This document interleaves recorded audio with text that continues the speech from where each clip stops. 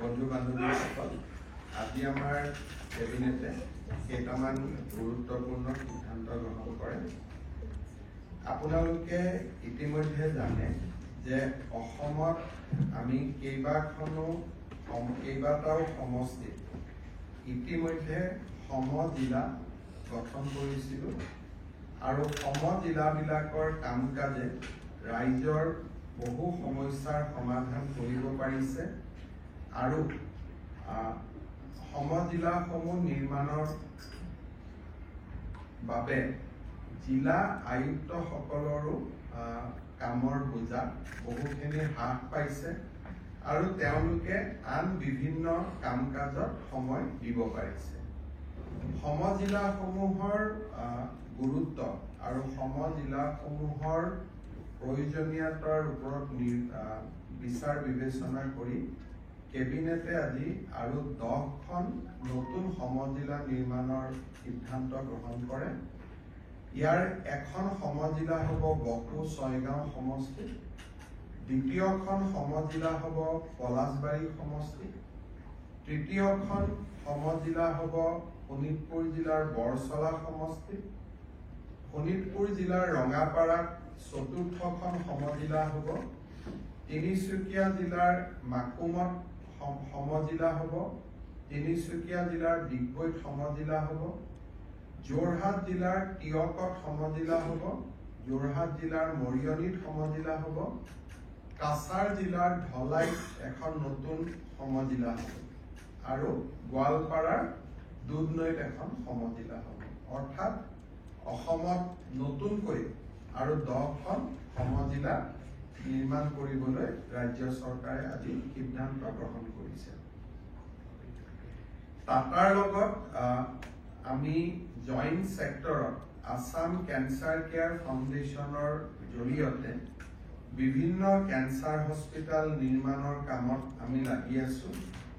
ইতিমধ্যে 9খন cancer hospital অপাৰেশ্যনেলাইজ হৈছে আৰু 8খন কেঞ্চাৰ হস্পিটেল নিৰ্মীয়মান অৱস্থাত আছে। এই 8খন হ'ল ডিফু, ধুবুৰী, তিনিচুকীয়া, শিৱসাগৰ, গোলাঘাট, নগাঁও, নলবাৰী আৰু গোৱালপাৰা। এই 8খন স্থানত কেঞ্চাৰ হস্পিটেলৰ নিৰ্মাণ কাম দ্ৰুতগতিত চলি আছে। এই নিৰ্মাণ কাৰ্য এই বছৰতে যাতে আমি আৰু আগবঢ়াই দিব পাৰো, তাৰ বাবে আজি কেবিনেটে 250 কোটি টকা মঞ্জুৰ কৰিছে। ইতিমধ্যে আমি প্ৰায় 2500 কোটি টকা খৰচ কৰিছো। আজি নতুনকৈ 250 কোটি টকা কেবিনেটে অনুমোদন দিছে। আমাৰ কেইটামান গাখীৰ উৎপাদন কেন্দ্ৰ আমি নিৰ্মাণ কৰিছিলো বোকাখাত, ডিব্ৰুগড়, যোৰহাট, বজালী। এই 4টা গাখীৰ উৎপাদন কেন্দ্ৰ বিভাগে নিৰ্মাণ কৰিছিল ভেটেনাৰী ডিপাৰ্টমেণ্টে। আমি এই গোটেই কেইটা গাখীৰ উৎপাদন কেন্দ্ৰ আজি north east diary and foods লিমিটেডত চলাবৰ কাৰণে আমি অৰ্পণ কৰো।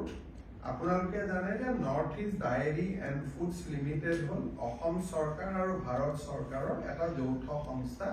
এইটো এটা গভৰ্ণমেণ্ট ইনষ্টিটিউট। এটা চৰকাৰী বিভাগৰ পৰা আন এটা বিভাগলৈকে দিয়া হ'ল যাতে গোটেই কামখিনি খুব সুন্দৰ কৰি পৰিচালনা হ'ব পাৰে। আজি আমাৰ কেবিনেটত এটা দিশ খুব দীঘলীয়াকৈ আমি আলোচনা কৰোঁ।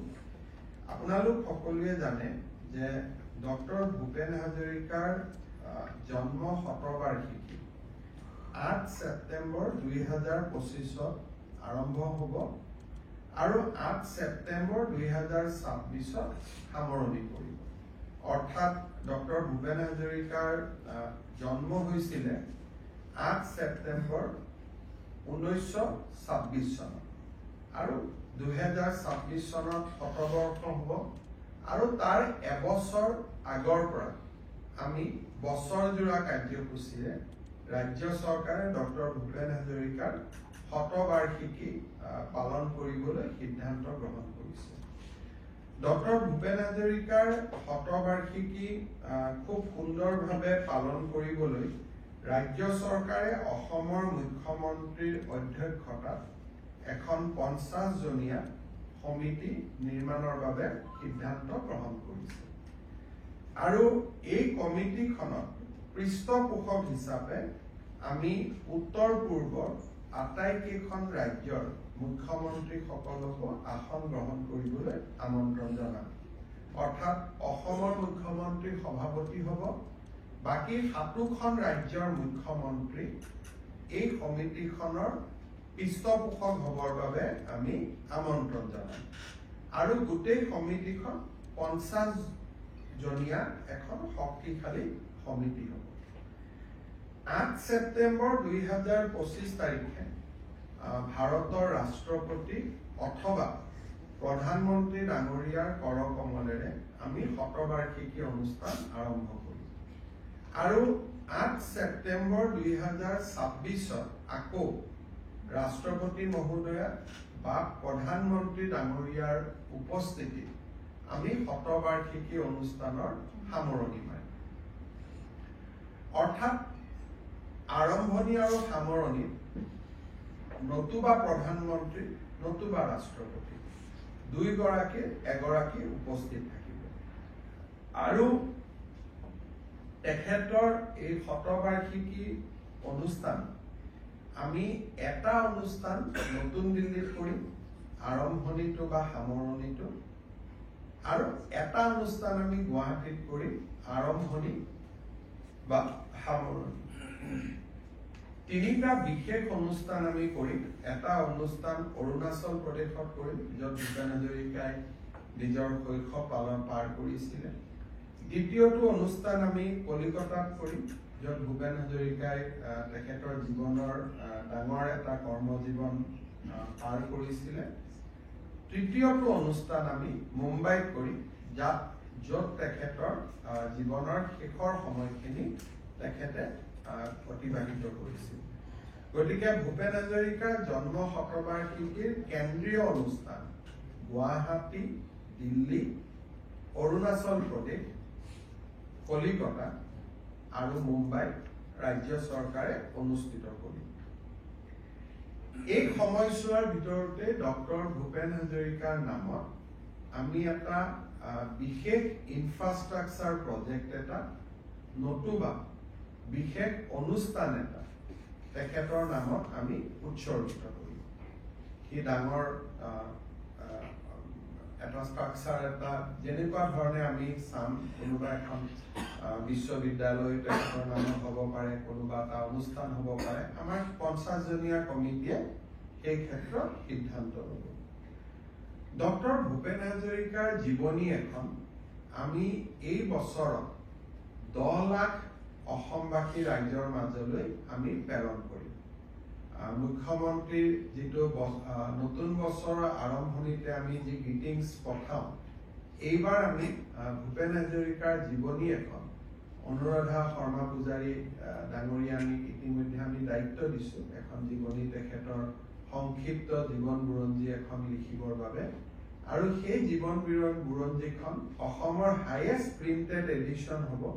10 লাখ কপি মুদ্ৰণ কৰা হ'ব। আৰু এই 10 লাখ কপি অসমৰ 10 লাখ ব্যক্তিক ঘৰলৈ আমি প্ৰেৰণ কৰিম। আৰু এই পুথিখনি ভাৰতৰ সকলো ভাষালৈ আমি অনুবাদ কৰিম। ভাৰতত যিমান পুথিভঁৰাল আছে, আমি সকলো পুথিভঁৰাললৈ এই পুথিখন আমি প্ৰেৰণ কৰিবলৈ সিদ্ধান্ত গ্ৰহণ কৰিছোঁ।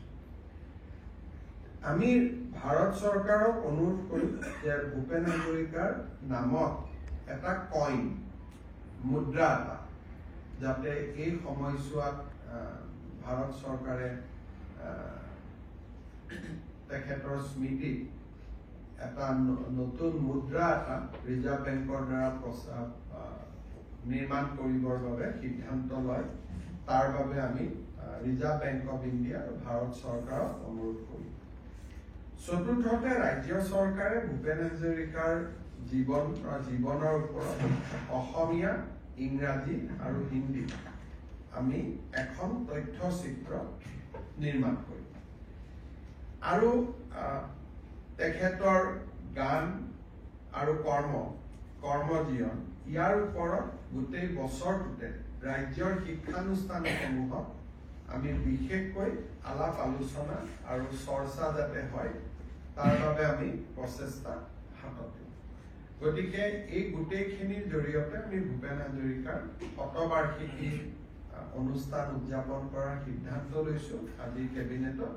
আৰু মই ভাবো যে চৰকাৰে যি ধৰণে পালন কৰিব, অসমৰ ৰাইজেও চৰকাৰী যিখিনি আমি ইনিচিয়েটিভ ল'ম এইটোতো ঠিক আছে, কিন্তু ভূপেন হাজৰিকা চৰকাৰৰ সম্পদ নহয়, তেখেত অসমৰ ৰাইজৰ সম্পদ, অসমৰ এক মহিৰুহ। গতিকে আমি ৰাজ্য চৰকাৰে অনুৰোধ কৰিম যে এক গাম্ভীৰ্যতাৰ পৰিৱেশৰ মাজত চৰকাৰৰ লগতে ৰাইজেও যাতে ভূপেন হাজৰিকাৰ জন্ম শতবাৰ্ষিকী পালন কৰে। এইখিনি আছে, আপোনালোকে যদি কিবা কৰিব খুজিছে কৰিব পাৰে। মেডিকেল কলেজ নহয়, কেঞ্চাৰ। এতিয়ালৈকে আমি অলমোষ্ট 2500 crore খৰচ কৰিছোৱে ৰাজ্য চৰকাৰৰ পৰা। আজি আৰু 200 কোটি টকা আমি অনুমোদন কৰিছো। টোটেল আমাৰ হস্পিটেল হ'ব 9 + 7 16।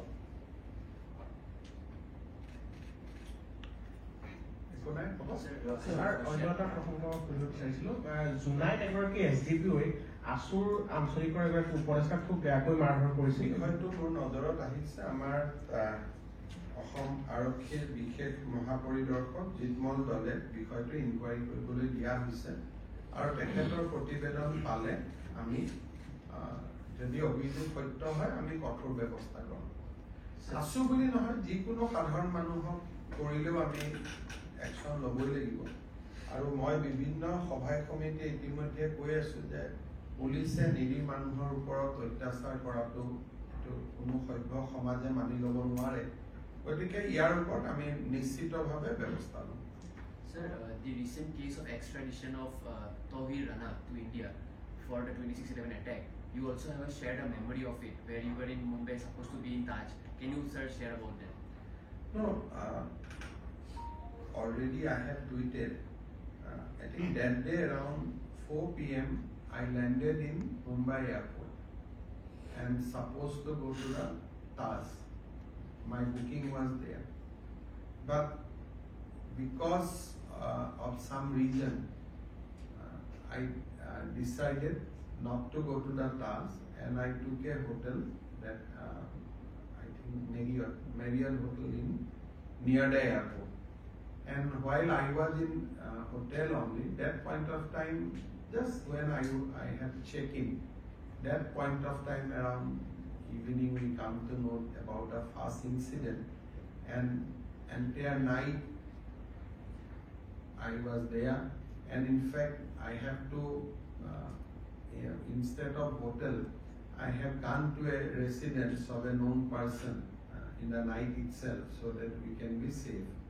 And from the hotel I went out, and next day morning I went to Taj in a complete civil atmosphere, and at that point of time I was minister also, I did not have security, and from a distance I have seen entire action, and I stayed back for next 2 days just to see what happened, and we know what happened. So today it is a big diplomatic victory